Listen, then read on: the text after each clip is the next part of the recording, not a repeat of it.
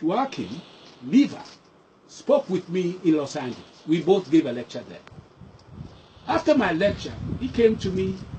He said, Doc, you talking about what? Maintenance facility to repair planes? You talking about bullet trains? This is the project World Bank will fund. We will give to the country Ghana part of the $45 billion we've set aside for projects like this. We will guarantee it for the Ghana government. That's what he told me. You see a picture of him and I on Facebook. So this is very important. The money is there. It's the will. And I want stretch goals, like John F. Kennedy said. John F. Kennedy said America is going to be in the moon in 10 years. America did it in 9. Why? Because if I can monitor the heart of somebody in space, you don't mean I can monitor his heart when he is even in an ambulance on the ground? That's easy. So those stretch goals are very important. And I can see it. I can feel it. This is what's going to transform Ghana. If we do this, we would sign the agreement. I would really work with the president, the leadership here, to sign the agreement the way the Indians have just signed theirs. In other words, India, they just signed it.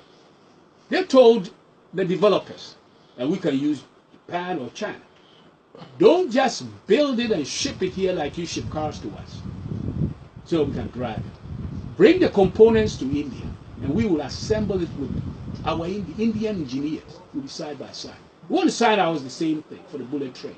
We would have the components here in Ghana and have engineers from all over, scientists from Legon, Cape Coast, engineers from KNUST, everywhere. And they will work side by side with the Chinese, put it together. Once you've assembled it, then you are developed.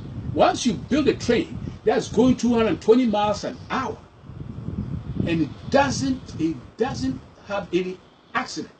Japanese have theirs 45 years, travel 220 miles and not a single accident. So if you don't do this, then you have trains, locomotives and little trains that goes to 20, 30 miles an hour in Ghana and then derails. But once you build it, then you have the technology. You can not only assemble high-speed trains, you can also build cars right here in Ghana. You build airplane parts right here in Ghana. No, this sounds futuristic for a lot of people, no. the average person. No. I mean, patents all over the world. Yes. And when we talk about things like this, for those of us who are not science and technology oriented, it sounds futuristic. It sounds almost abstract. Out of reach. Exactly. Yeah. Well, you've been crawling for 49 years since you got independence. You're a grown man. You've got to stop crawling and get up. That's what we are saying here in Ghana.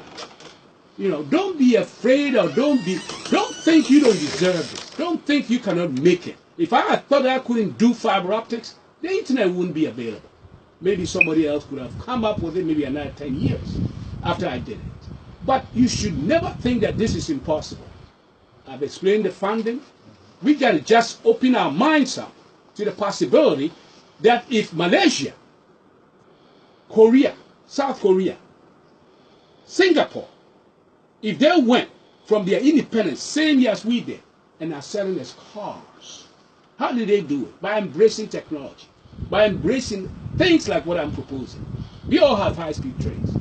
And so by doing that, you have the technology to do this and even more. So we can do this. I'm not talking about, you know, what Elon Musk is proposing. You know, that's futuristic. I want to talk about something that's not proven. I would talk about something that's feasible. This has been done for 45 years, steel on steel, high-speed train, bullet train. It's been there, it's proven. That's what we want in Ghana. The president, he was very excited about this. You know, after he gave his excellent, exciting speech at the United Nations. He was very excited. I explained to him that this fits into his agenda. In other words, if you're chairman of sustainability for the United Nations, bullet train, high-speed train, is a sustainable product, sustainable transportation. He uses electricity. So he sees it, he catches it. He said, Doc, talk to my sector ministers. And that's why... We have a problem with electricity, I'm sure you know. Oh, exactly. And the reason is very simple. If I said build bullet train, and the deliverable is a bullet train that runs on electricity, That means I'll have the train, I'll have the electricity too. When I advised President Barack Obama to do this technology, Did he do it? 3 months, yes, he was on CNN. We got to do this. Shouldn't be by the Chinese and everybody.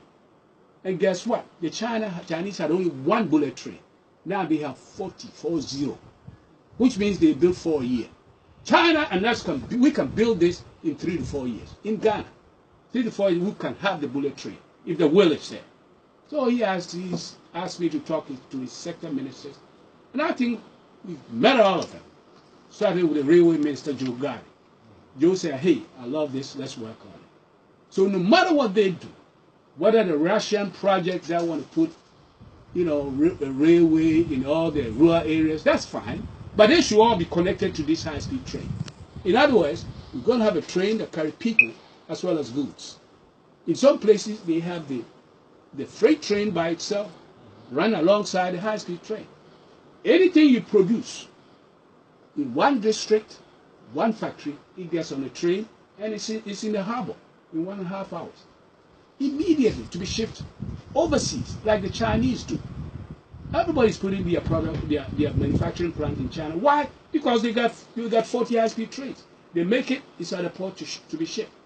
That is why China is the second economic power behind the United States, because they've done some of the things that I'm proposing.